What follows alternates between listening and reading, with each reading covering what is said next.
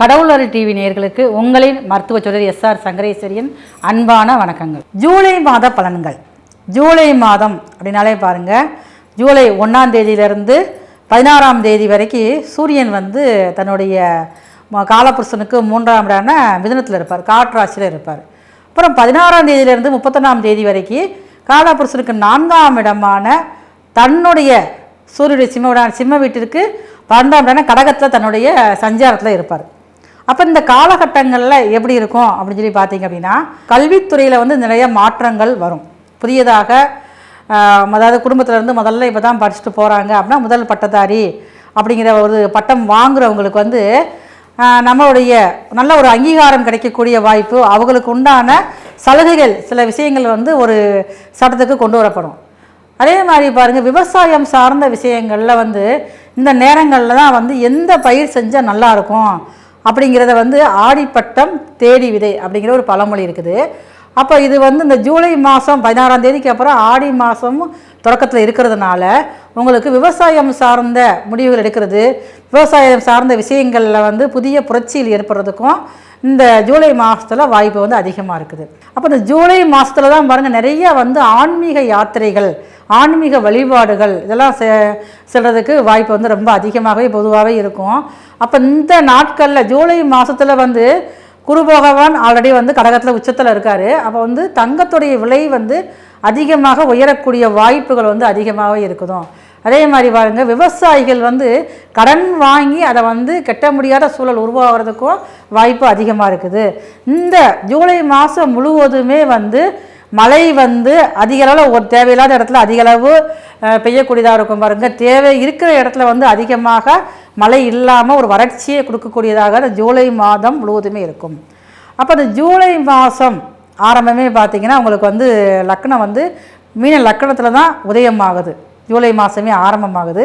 அன்றைக்கு நட்சத்திரம் பார்த்திங்கன்னா பூர்வ நட்சத்திரம் தனுசு ராசியில் தான் உதயமாகுது. அப்போ ஆல்ரெடி பாருங்கள், மீனத்தில் சனி பகவான் இருக்கார். அப்போ சனி பகவானுடைய பார்வையானது சூரியன் மிதுனத்தில் விழுகுது. அப்போ இதனால் பாருங்களேன், நாட்டு மக்களுக்கும் ஒரு அரசியலில் இருக்கக்கூடிய அமைப்பில் இருக்கிறவங்களுக்கும் பாருங்கள், ஒரு நல்ல ஒரு சமரசமான ஒரு போக்குவரத்து ஒரு நிலவக்கூடிய வாய்ப்புகள் ரொம்ப அதிகமாக இருக்குது. இந்த ஜூலை மாதம் முழுவதும் மேசம் முதல் மீனம் வரைக்கும் ஒவ்வொருத்தருக்கும் நடக்கக்கூடிய நல்ல பலன்கள். எந்த விஷயத்தில் நீங்கள் கவனமாக இருக்கணும். இப்போ இந்த ஒருத்தவங்க அரசாங்கத்துக்கு உத்தியோகத்துக்காண்டி எக்ஸாம் எழுத நினைப்பாங்க, அது எழுதலாமா இல்லை தள்ளி போடலாமா, எப்போ செஞ்சால் எந்த காரியம் வெற்றியாகும், இப்போ அசையும் சொத்துக்கள் வாங்கலாமா இல்லை அசையா சொத்துக்கள் வாங்கலாமா அப்படிங்கிற விஷயங்களை ஒவ்வொரு வீடியோவில் பார்க்க போகிறோம். அன்பான கும்பராசி நேயர்களே, ஜூலை மாதம் முழுவதும் உங்கள் ராசிக்கு 7க்குடையவர் மாத ஆரம்பத்திலேயே பார்த்தீங்கன்னா உங்கள் ராசிக்கு 5ஆம் இடத்துல இருக்கிறாரு. அப்போ இது வரைக்கும் திருமணமாகாத கும்பராசிக்காரர்கள் திருமணம் முடியும். காதல் வருவதற்கு வாய்ப்பு அதிகமாக இருக்குது. அதுவும் போக உங்களை ரொம்ப மனசுக்கு பிடிச்சவங்க, நேர்மையாக இருக்கிறவங்க உங்களை நாளாக ப்ரப்போஸ் பண்ணிக்கிட்டு இருப்பாங்க. உங்களுக்கு அதில் விருப்பமே இல்லாமல் இருக்கும். ஆனால் பாருங்கள், ஏதோ ஒரு விஷயத்தில் அவங்க விருப்பத்துக்கு நீங்கள் செவிசாய்ச்சி சரி ஓகே அப்படின்னு சொல்கிற அளவுக்கு உங்களுடைய மனநிலைகள் மாறக்கூடிய அமைப்புகள் ஜூலை மாதம் ஆரம்பத்திலே இருக்குது. உங்கள் ராசிக்கு 4ஆம் இடத்துல செவ்வாய் பகவான் சஞ்சாரம் மாதம் ஆரம்பத்திலே இருக்கிறதுனால அது சனியோட பார்வை வருது. சில விஷயங்களில் நீங்கள் ஹெல்த் இஷ்யூ இருந்துக்கிட்டே இருக்கும். பெரிய அளவில் பாதிப்புகள் தராது, இருந்தாலும் ஏதோ ஒரு உடல் சோர்வு, டயர்னஸ் இதை கொடுத்துக்கிட்டே இருக்கும் உங்களுக்கு அப்போ அதுக்கு ஜூலை 16க்கு அப்புறம் எல்லாமே சரியாகிவிடும். அப்போ உங்களுக்கு சுபகாரியங்கள் இருக்கக்கூடிய தடைகள் சரியாகக்கூடிய வாய்ப்பு ரொம்ப இந்த ஜூலை மாதம் ஆரம்பத்திலேயே உங்களுக்கு இருக்குது. என்னதான் உங்கள் ராசியிலேயே ராகு 7ஆம் இடத்துல கேது இருந்தாலும் மதம் சமுதாயம் மாறிய காதல் தான் உங்களுக்கு ஏற்படும். அதுவும் பாருங்கள், ஏற்கனவே லவ் பண்ணிக்கிட்டு இருக்கேன் அப்படின்னா இப்போ இந்த காலகட்டங்களில் திருமணத்தில் முடியக்கூடிய அளவில் தான் உங்கள் கிரக நிலைகள் இருக்குது. இப்போ தடைபெற்ற புத்திர பாக்கியம் கிடைக்கும். ஏன்னா உங்கள் ராசிக்கு 5ஆம் இடத்துல சூரியன் இருக்கார் மாதம் பிறப்பிலே அதுக்கப்புறம் பாருங்கள் செவ்வாய் வந்துடுவார். அப்போ மாதம் 16ஆம் தேதிக்கு அப்புறம் 6ஆம் இடத்துக்கு சூரியன் வந்துடுறாரு. அப்போ சூரியன் வர்றப்போ 7ஆம் இடத்துக்கு 6ஆம் இடத்துக்கு போகிறதுனால திருமணம் முடித்த தம்பதிகள் ரொம்ப கணவன் மனைவி உறவில் ரொம்ப கொஞ்சம் கவனமாக இருக்கணும். பேச்சுவார்த்தையில் ரொம்ப கொஞ்சம் கவனமாக இருக்கணும். பேச்சுவார்த்தை மூலமாக சின்ன சின்ன பிரச்சனைகள் ஏற்படுவதற்குமே வந்து காரணம் அதிகமாக இருக்குது. அது மட்டுமே இல்லாமல் உங்களுக்கு இந்த காலகட்டங்களில் வந்து பதவி உயர்வு வருவதற்கு வாய்ப்பு அதிகமாக இருக்குது. கும்பராசிக்காரங்களுக்கு 4ஆம் இடத்துல செவ்வாய் வந்து ஜூலை மாதம் 16ஆம் தேதியில் இருக்கிறதுனால ரொம்ப நீங்கள் வந்து கவனமாக இருக்கணும். அப்போ ஜனிபவனுடைய பார்வை வேறு உங்களுக்கு 4ஆம் இடத்துல படுது. 4ஆம் இடத்துல படுறதுனால உங்களுக்கு ரொம்ப வந்து பதவி உயர்வு, அரசியல் இருக்கிறவங்களுக்கு ஒரு செல்வாக்கான காலகட்டங்கள் இது வந்து. அப்போ செல்வாக்கு அப்படிங்கிறத விட உங்களுக்கு வந்து மக்கள் மத்தியில் ஒரு செல்வாக்கு உயரும். உங்களுடைய மேலதிகாரி கொடுக்கக்கூடிய செல்வாக்குங்கிறது அது வேறு.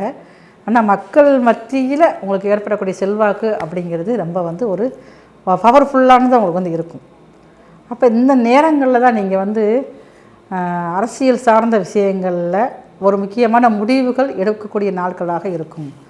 சரி, இப்போ உங்களுக்கு வந்து 2ஆம் இடத்துல சனி உட்காந்துருக்கார். வருமான தடையை அதிகமாக கொடுத்துக்கிட்டே இருவீங்க. எவ்வளோ தான் போராடி பார்ப்பீங்க, நிரந்தரமான வேலை இல்லாமல் இருக்க எல்லாம் செய்யும் பாருங்கள்.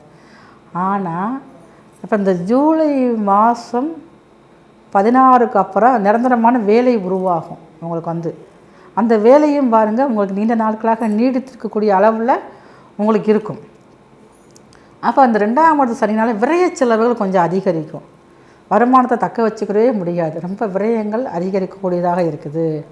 அப்போ இந்த 16க்கு அப்புறம் பார்த்திங்கன்னா விரயங்கள் குறைய ஆரம்பிக்கும். உங்களுடைய தாயார் வழியில் பார்த்திங்கன்னா நிறைய ஒரு நல்ல விஷயங்கள் நடக்க ஆரம்பிக்கும். அவங்க மூலமாக உங்களுக்கு ஒரு வருமானமோ ஒரு லாபமான இடமோ ஒரு அசையா சொத்துக்களோ இந்த மாதத்தில் உங்களுக்கு வந்து அந்த மாதம் ஆரம்பத்திலே உங்களுக்கு வந்து கிடைக்க ஆரம்பிக்கும். அப்போ என்ன ஒரு இது செஞ்சாலும் சரி உங்கள் தாயார்கிட்ட ஒரு முக்கியமான ஒரு ஆலோசனை செஞ்சுக்கிறது ரொம்ப நல்லது.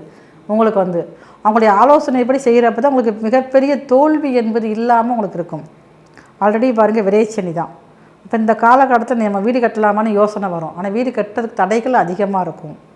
கெட்டிய வீடாக வாங்குறது நல்லது. அந்த கெட்டிய வீடும் பாருங்கள் உங்களுக்கு வந்து மனசுக்கு பிடிச்சதாக இருக்காது. இப்படி தான் அந்த வீடு கட்டுறதுக்குள்ளேயே பெரிய போராட்டத்தை நீங்கள் அதிகமாக சந்திக்கக்கூடிய அளவில் இருக்கும். பொதுவாகவே வந்து 7 சனி காலகட்டத்தில் வந்து வீடு கட்ட வேண்டாம் தவிர்க்க தான் சொல்கிறது வந்து. ஆனால் சில பேர் அவங்களுடைய ஜெயசாதபடி வீடு கட்டி தான் ஆகணும்னு சொல்லுவாங்க. அந்த கெட்டுறதுக்குள்ளே அவங்க போதும்னு ஆயிடுவாங்க. ஃபஸ்ட்டு வந்து இடம் வாங்குறதுக்கு ஒரு போராட்டம், இடம் வாங்கி அந்த பூமி பூஜை போடுறதுக்குள்ளே 1000 போராட்டங்கள், பூமி பூஜை போட்டுட்டு வீடை கட்டுறதுக்குள்ளே 1000 போராட்டம். அந்த மாதிரி அதிகமான போராட்டங்களை வீடு கட்டுறதுக்குன்னு முயற்சி எடுத்துட்டாங்கன்னா கண்டிப்பாக சந்திச்சு தான் ஆவாங்க. அப்போ இப்படிப்பட்ட கால அமைப்பில் தான் நீங்கள் வந்து இருக்கீங்க. அதனால் கொஞ்சம் வீடு கட்டுறதை மட்டும் கொஞ்சம் தள்ளி போட்டுக்கோங்க. கெட்டி வீடாக வாங்கி அதை கூட நீங்கள் வந்து பராமரிச்சுக்கலாம்.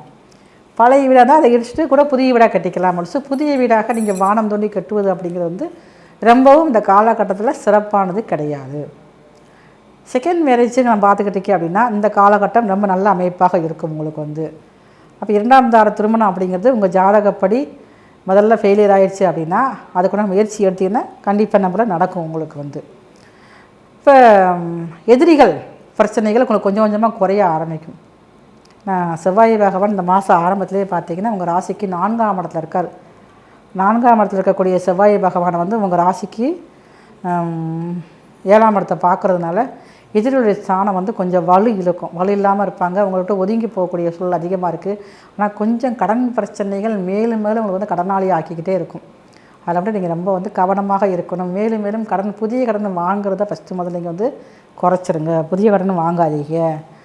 அப்போ குடும்பத்தில் கொஞ்சம் சண்டை சச்சரவு வர்ற மாதிரி இருந்தாலும் உங்களுடைய சமூக விஷயமான புத்தியால் வந்து பெரிய அளவில் பிரச்சனை வராமல் நீங்கள் வந்து கொண்டு போயிடுவீங்க. குழந்தைகள் வழியில் நீங்கள் எதிர்பார்த்த அளவுக்கு ஒரு நல்ல ஒரு மகிழ்ச்சியான விஷயங்கள் நீங்கள் எதிர்பார்க்க அதுக்கும் சில தடைகள் கொடுத்துக்கிட்டே இருக்கும். உங்களுக்கு வந்து உங்களுடைய பிள்ளைகளுக்காக நீங்கள் வந்து அரசாங்கம் சார்ந்த விஷயங்களை வேலைக்காக நீங்கள் விண்ணப்பிச்சிருந்தீங்கன்னா அதுக்கு ஒரு நல்ல ஒரு பலன் கிடைக்கும். அது வந்து ஜூலை மாதம் பிறந்தனே எனக்கு கிடைக்க ஆரம்பிக்கும். ஆனால் அதற்காக நீங்கள் சில விஷயங்கள் சில ஒரு பணம் வந்து நீங்கள் கொஞ்சம் செலுத்த வேண்டி அதன் மூலமாக வரக்கூடிய அமைப்பு தான் நிரந்தரமாக நல்ல ஒரு அமைப்பாக இருக்கும். உங்களுக்கு வந்து உங்களால் முடிந்தவரை உங்கள் ஊரில் இருக்கக்கூடிய முருகன் கோவில் செவ்வாய்க்கிழமை காலையில் போய் முருகருக்கு பாலை அபிஷேகம் செஞ்சுட்டு ஒரு 9 மாவிளக்கு தீபம் ஏற்றி வழிபாடு செஞ்சுட்டு வந்தீங்கன்னா இந்த மாதம் முழுவதும் எந்த ஒரு இடர்பாடும் இல்லாமல் உங்களால் முறையாக ஒரு பிரச்சனைகளிலிருந்து தப்பிக்கக்கூடிய வாய்ப்புகள் வந்து ரொம்ப அதிகமாக கொடுக்குற அளவுக்கு தான் ஜூலை மாதத்தின் கிரக நிலைகள் உங்களுக்கு ரொம்பவும் சாதகமாகவும் இருக்கிறது. பாதகமாக இருக்கக்கூடிய கிரகத்தையும் ஜாதகமாக மாற்றுவதற்குத்தான் இந்த வழிபாடு முறைகள் சொல்கிறது. வழிபாடு முறையை பயன்படுத்திக்கங்க. நன்றி, வணக்கம். மீண்டும் அடுத்த பதிவில் சந்திப்போம். கடவுள் அருள் டிவியை பார்த்தமைக்க நன்றிகள். மேலும் இது போன்ற தகவல்களை தெரிந்து கொள்ள கடவுள் அருள் டிவியை சப்ஸ்கிரைப் செய்யுங்கள். மறக்காமல் பெல் ஐக்கானை கிளிக் செய்யுங்கள்.